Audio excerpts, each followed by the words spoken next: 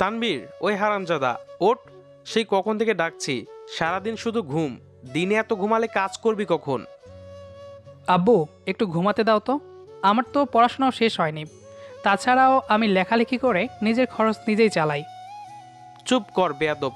সারাদিন কি সব লিখে মাসে 1200 টাকা ইনকাম করিস, আবার বলিস নিজের খরচ নিজে চালায়। তুমি কি চাও আমি পড়া ছেড়ে কাজ করি? না, আমি চাই তুই ভালো করে পড়ালেখা করে উচ্চশিক্ষিত হবি। ছাড় এসব কথা। এখন যা, ফ্রেশ হয়ে তোকে কাল যে শার্ট আর প্যান্ট এনে দিয়েছি সেগুলো পরে নিচে আয়। আজ নয়নের বাসায় যাব। আমার সাথে তোর আম্মু আর তুইও যাবি। নয়ন? ওই যে তোমার বন্ধু নয়ন আঙ্কেলের বাসায়? তুই যখন ছোট ছিলি তখন আমরা একসাথে একই বাসায় ভাড়াটে ছিলাম। তারপর নয়ন ওর দেশের বাড়ি রংপুর চলে যায়, তাই অনেক দিন ওর সাথে দেখা হয় না। ফোনেও তেমন যোগাযোগ নেই। কিন্তু আব্বু, আমি কেন যাব? তাছাড়াও রংপুর ঢাকা থেকে অনেক দূরে, আমি পারবো না অত দূর যেতে।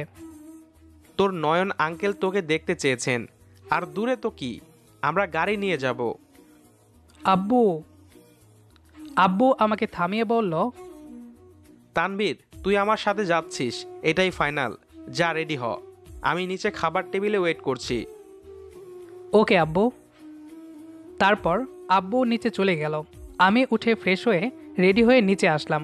সিঁড়ি দিয়ে নামছি, তখনই আমার নাকে বিরিয়ানির গন্ধ ভেসে আসলো। টেবিলে চোখ পড়তে দেখলাম আম্মু প্লেটে বিরিয়ানি বাড়ছে।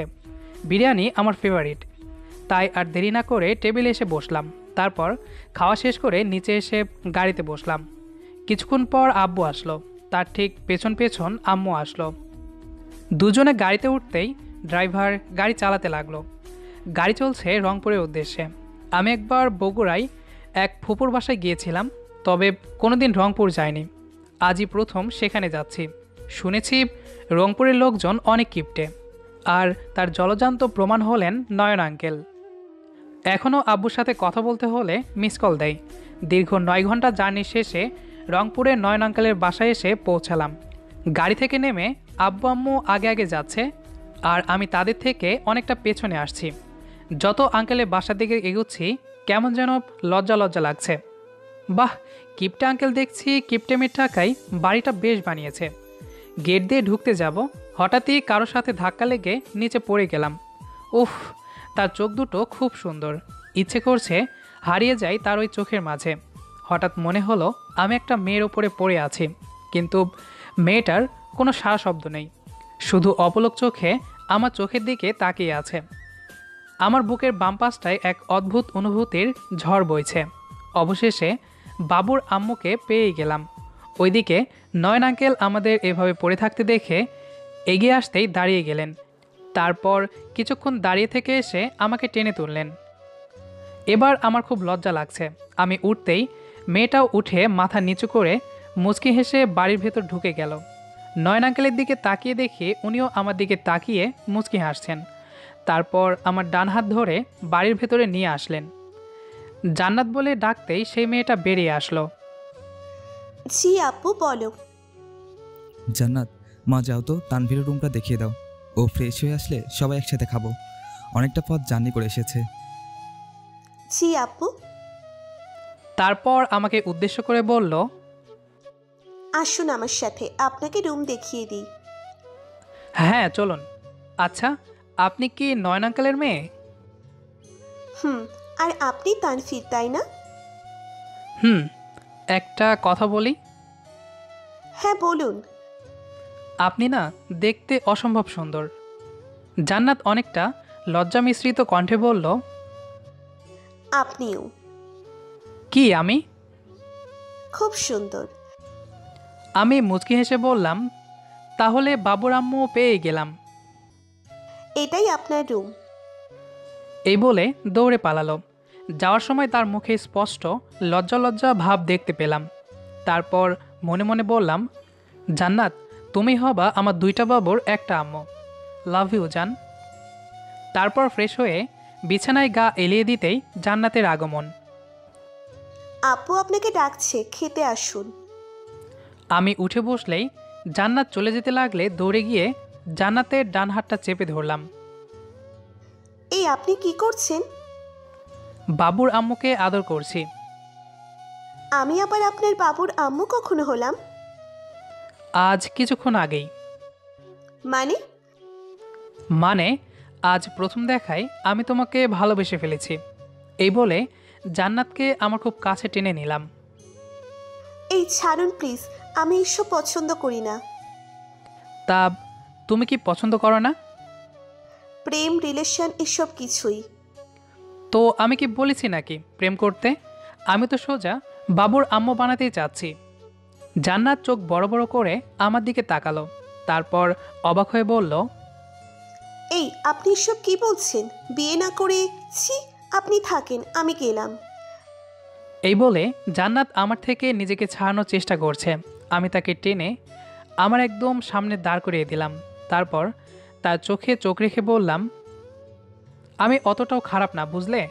আমি বলতে চাইছি ম্যারেজ লাভ করব।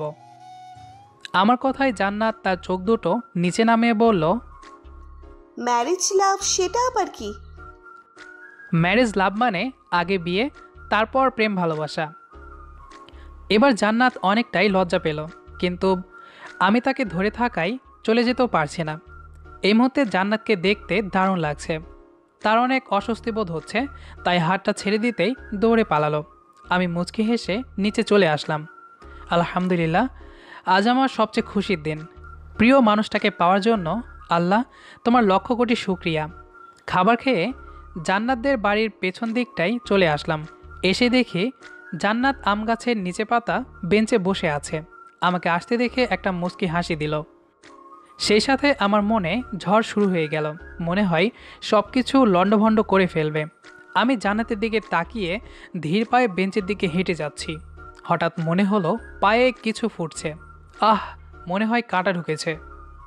আমার ব্যথায় কোঁকড়ানোটা জান্নাত শুনতেই দৌড়ে আমার কাছে এসে পায়ে হাত দিল। এই কি করছো? আমি দেখে নিচ্ছি। চুপ, একদম চুপ করে থাকবেন। আরে একটু নিচের দিকে তাকিয়ে হাঁটলে কি হতো? তারপর পায়ে ফুটে থাকা কাঁটা বের করে পাশে থাকা গর্তে ফেলে দিল।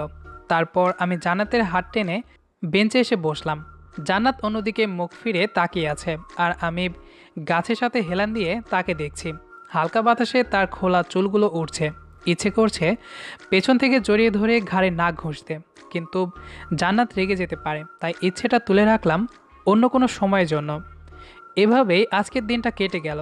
পরের দিন সকালে আমার এক বন্ধুর সাথে দেখা করলাম। ওর বাড়িও রংপুরে। আমার বন্ধুর নাম আরিয়ান। জান্নাতের বাড়ি থেকে ওদের বাসায় যেতে 10 কিলোমিটারের রাস্তা। আরিয়ান আসলে ওর সাথে ঘুরতে বের হলাম। আসার আগে জান্নাত খুব কড়া কণ্ঠে বলে দিয়েছে, যেখানে যাই কোনো মেয়ের দিকে যেন ভুলেও না তাকায়, তাহলে নাকি কাঁটা চামচ দিয়ে আমার চোখ দুটো একদম ফুটো করে দেবে। একদিনে কত ভালোবেসে ফেলেছে পাগলিটা আমায়। সারাদিন ঘোরাঘুরি করে সন্ধ্যার আগে বাসায় ফিরলাম। গেটের কাছে আসতেই আঙ্কেলের মুখোমুখি হলাম। তানভীর, তুমি সারাদিন কোথায় ছিলে? সেই সকাল থেকে একবারও চোখে পড়লো না।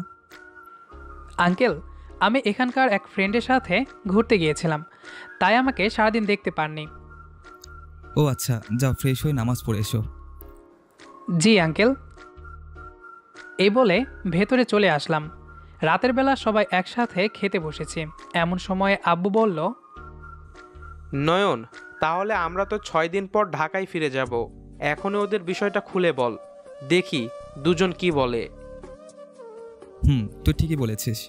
আচ্ছা তাহলে বলে দে। তানভীর আর জান্নাত, তানভীরের যখন 5 বছর বয়স, তখন আমরা তোমাদের বিয়ে দিব বলে দুই বন্ধু ওয়াদা করেছিলাম। এখন তোমরা যথেষ্ট বড় হয়েছো, তাই আমরা চাই তোমরা বিয়ে করে নাও। আব্বুর কথা শুনে আমি তো অবাক। জান্নাতের দিকে তাকিয়ে দেখি সে লজ্জায় নিচের দিকে তাকিয়ে আছে। আস্তে করে আব্বুকে বললাম আমি রাজি। আব্বু আমার কথা শুনে জোরে বলে উঠল, আলহামদুলিল্লাহ। নয়ন, তাহলে আজ থেকে আমরা বেয়াই। ধুর, রাখ তোর বেয়াই। আমরা বন্ধু আছি, সারা জীবন বন্ধুই থাকবো। আমার কাছে বন্ধুত্বের মূল্য অনেক বেশি। তবে ওদের এই সম্পর্কে আমাদের সম্পর্কটা মজুদ হবে। তাহলে চল তোর রুমে। বিয়ের ডেট ফিক্সড সহ আরও অনেক কাজের প্ল্যান করতে হবে। হ্যাঁ চল। তারপর আব্বু নয়ন আঙ্কেলের সাথে আঙ্কেলের রুমে চলে গেল। আমিও উঠে সিঁড়ি বেয়ে ছাদে চলে আসলাম। আমার পিছু পিছু জান্নাতও আসলো।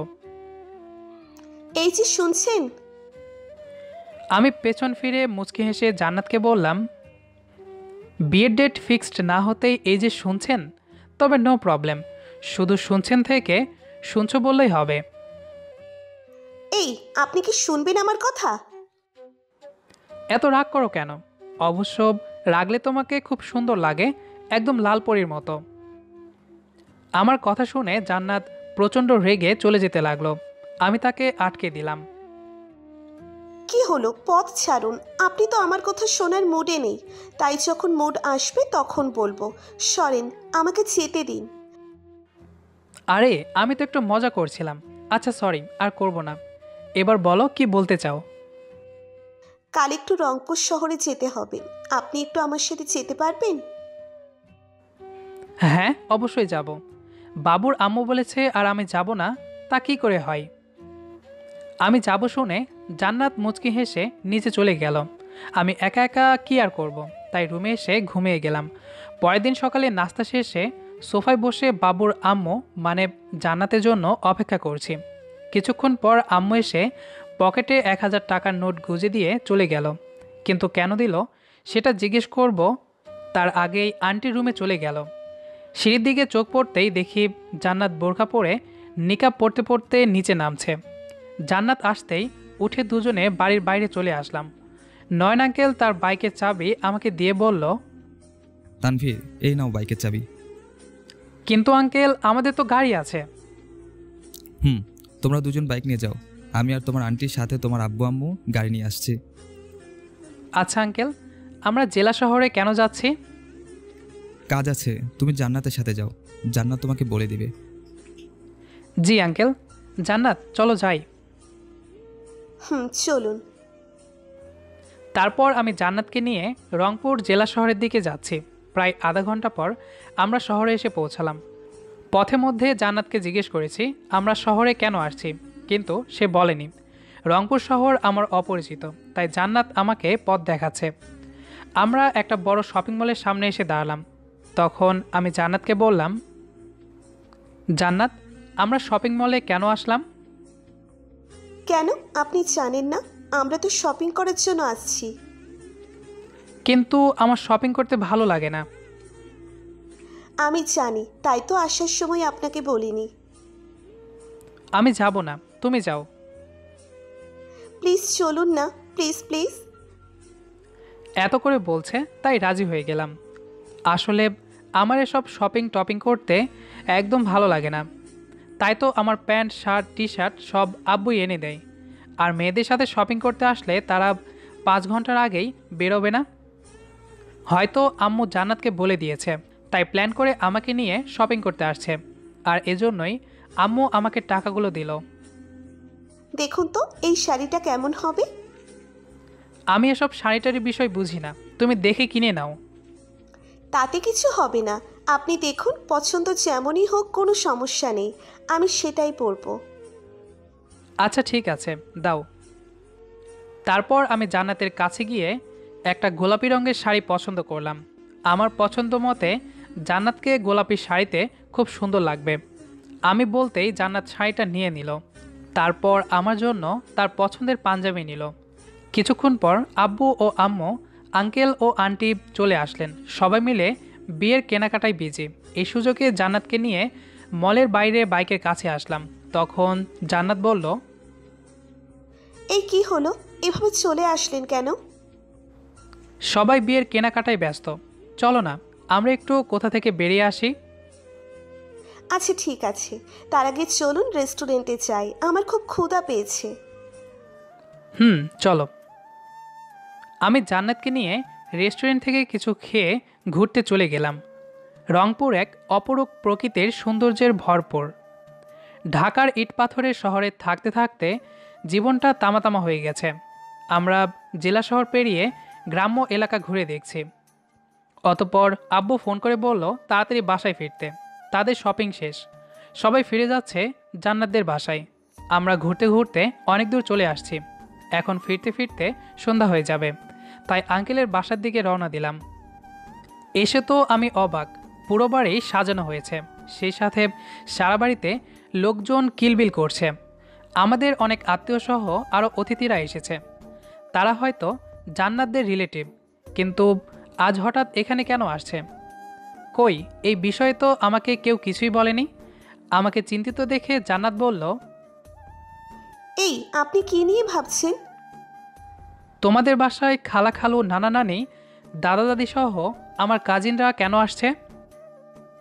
আমার কথায় জান্নাতও অনেকটা অবাক হয়ে বলল, তার মানে ওনারা আপনার আত্মীয়? আমিও বুঝছি না, আমার অনেক রিলেটিভরাও দেখছি আসছে। আচ্ছা চলো ভেতরে গিয়ে দেখি কি হচ্ছে। হ্যাঁ চলুন। আমি জান্নাতকে নিয়ে বাড়ির ভেতরে আসতে দেখি আব্বু এদিক থেকে ওদিক যাচ্ছে, সব কিছু ঠিকমতো হয়েছে কি না সেগুলো পর্যবেক্ষণ করছে। আমি আব্বুর কাছে গিয়ে বললাম, আব্বু এসব কি হচ্ছে? ও, তোকে তো বলতেই ভুলে গেছি, কাল তোদের বিয়ে। সর, অনেক কাজ বাকি আছে।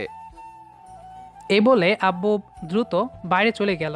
এদিকে জান্নাত আমাদের বিয়ের কথা শুনে লজ্জায় দৌড়ে তার রুমে চলে গেল, আর আমি ছাদে চলে আসলাম। এসে যাদের দেখলাম সব হারামিরা ছাদে বসে আড্ডা দিচ্ছে। শালারা আসলো, আমাকে একবার জানানোর প্রয়োজন মনে করেনি। এই ভেবে মন খারাপ করে নিচে চলে আসলাম। ওরা আড্ডা দিতে বিজি ছিল, তাই আমাকে কেউ খেয়াল করেনি। নিজের রুমে এসে বিছানায় বসে ভাবছি আমার বিয়ে নিয়ে কত স্বপ্ন ছিল, কিন্তু সবাই মিলে আমার সেই স্বপ্নগুলো ভেঙে চুরমার করে দিল। ভেঙে যখন গেছেই সেসব নিয়ে ভেবে কি আর হবে? আল্লাহ যা করেন ভালোর জন্যই করেন, তকদিরে যা হয় আল্লাহর পক্ষ থেকেই হয়। সোব এখন আমার জান্নাতকে নিয়ে ভাবতে ভাবতে ঘুমের দেশে পাড়ি দিলাম। মাঝরাতে কারো মিষ্টি কণ্ঠের আওয়াজে ঘুম ভাঙল। চোখ খুলে তাকিয়ে যাকে দেখলাম আমার বিশ্বাসই হচ্ছে না। জান্নাত এত রাতে আমার রুমে কেন আসছে? আমি শোয়া থেকে ধরফরিয়ে উঠে বসলাম। তারপর জান্নাতের দিকে জিজ্ঞাসু দৃষ্টিতে তাকিয়ে বললাম, তুমি এত রাতে আমার রুমে কি করছো? আপনি রাতে না খেয়ে ঘুমিয়েছেন কেন? সত্যিই কি আমি না খেয়ে ঘুমিয়েছিলাম? তো আমি কি মিথ্যে বলছি? এই একদম রাগ করবে না, আমার তো তখন খিদে পাচ্ছিল না, তাই তোমাকে নিয়ে ভাবতে ভাবতে ঘুমিয়ে গেছি। আমাকে নিয়ে কি কি ভাবলেন? ওই তো বাবুর আম্মু। এই রে তানভীর, তুই কী সব বলছিস? তোর ভাবনার কি কোনো প্রাইভেসি নেই? Oh shit! ওদিকে জান্নাত রাগে ফুঁসছে, ওর মুখটা রাগে একদম লাল হয়ে গেছে। জান্নাতকে দেখতে অসাম লাগছে, আবার অনেক ভয় করছে। তার মানে আপনি আমাকে নিয়েও সব... আরে তুমি আমাকে ভুল বুঝছো। থাক, আমি ঠিকই বুঝছি। জান্নাত প্লিজ বিশ্বাস করো, আমি ওসব কিছুই ভাবিনি। আমি তো ভাবলাম আমাদের যখন বাবু হবে তাদের নাম কি রাখবো। সত্যি বলছি। জান্নাতের রাগ নিমিষেই লজ্জায় বদলে গেল। তারপর নিচু স্বরে বলল, সত্যিই আপনি... সত্যি। এই শোনো না, বলছি আমাদের মেয়ে হলে তার নাম রাখবো আরোহী, আমার মিষ্টি জান্নাতের দুষ্টু আরোহী। জান্নাত লজ্জায় শেষ, আমার দিকে চোখ ফেরাতে পারছে না। তারপর আমি আবারও বললাম, কি বলো, তোমার নামটা পছন্দ হয়েছে? জান্নাত আস্তে করে বলল, হুম। আচ্ছা আমাদের ছেলে হলে তার নাম কি রাখা যায় বলো তো? এই আপনি চুপ করবেন? ওকে, ছেলের নামটা না হয় পরেই রাখলাম। এবার বলো তুমি কি বলবে? আপনার জন্য খাবার এনেছি, খেয়ে নিন। রাতে না খেয়ে ঘুমাতে নেই। তাই? আচ্ছা খাচ্ছি, তুমি খেয়েছো? না, আপনি খেয়ে নিন, আমি পরে খেয়ে নিব। না, আমরা দুজনে একসাথে খাবো। এই বলে টেবিলে খাবার প্লেটের দিকে তাকালাম। জান্নাত যে খাবার এনেছে তাতে আমাদের দুজনের হয়ে যাবে, তাই আমি জান্নাতকে বললাম, যাও আরেকটা প্লেট নিয়ে আসো। অবশ্য বিয়ের পর আমরা এক প্লেটেই খাবো, কিন্তু এখন নয়। জান্নাত মুচকি হেসে দৌড়ে রুমের বাইরে চলে গেল। কিছুক্ষণ পর একটা প্লেট নিয়ে আসলো। তারপর আমার প্লেট থেকে খাবার নিয়ে দুজনে খেয়ে নিলাম। খাওয়া শেষে জান্নাত প্লেটগুলো নিয়ে চলে গেল। আমি আবারও বিছানায় এসে ঘুমিয়ে গেলাম। পরের দিন সকালে হারামিদের ডাকে ঘুম ভাঙলে ওদের সাথে কোনো প্রকার কথা না বলে ওয়াশরুমে চলে গেলাম, যার ফলে অনেকেই মন খারাপ করলো। তাতে আমার কি? শালারা আমার বিয়েতে আসছিস আর আমাকে রেখেই আড্ডা দিস? আসার আগে একবার বললিও না থাক তোরা তোদের মতো, আবার আমাকে জ্বালাচ্ছিস কেন? ওয়াশরুম থেকে বেরিয়ে রুমের বাইরে বের হচ্ছে এমন সময় হারামিরা আটকে দিল। ওরা জানে আমি ওদের ওপর রেগে আছি, তাই ওরা এটাও জানে আমার রাগ কিভাবে ভাঙতে হয়। তাই সবাই কাজে লেগে গেল। আমিও ওদের কাছে হার মেনে সবার সাথে মিলে গেলাম। এভাবে কেটে গেল দিন। এর মাঝে আমার আর জান্নাতের বিয়েটাও আলহামদুলিল্লাহ ভালোভাবেই সম্পন্ন হলো। আমি এখন বাসর ঘরে খাটের ওপর জান্নাতকে জড়িয়ে ধরে বসে আছি। বাবুর আম্মুকে জড়িয়ে ধরতেই কেমন যেন ফিল হচ্ছে। জান্নাতের কপালে একটা চুমু এঁকে দিলাম। তারপর ওকে বললাম, বাবুর আম্মু, তাহলে বাবুদের আনার মিশন শুরু করতে পারি? জান্নাত আমার কপালে চুমু খেয়ে বলল, পারো। এই বলে আমার বুকে মুখ লুকালো। অবশেষে আমার বাবুর আম্মুর মুখে তুমি ডাকটা শুনতে পেলাম। সবাই আমাদের জন্য দোয়া করবেন, আমরা যেন খুব শীঘ্রই বাবুদের আব্বু আম্মু হতে পারি। আর হ্যাঁ, এবার আপনারা এখন আসতে পারেন, আমি বাবুদের আনতে যাব। আল্লাহ হাফেজ। আমাদের আজকে গল্পটি আপনার কাছে কেমন লেগেছে সেটি অবশ্যই কমেন্ট করে জানাবেন। ভিডিওটি ভালো লাগলে অবশ্যই বন্ধুদের সাথে শেয়ার করবেন। দেখা হবে আবারও নতুন কোনো গল্প নিয়ে। সেই পর্যন্ত আমাদের সাথেই থাকুন। ধন্যবাদ সবাইকে।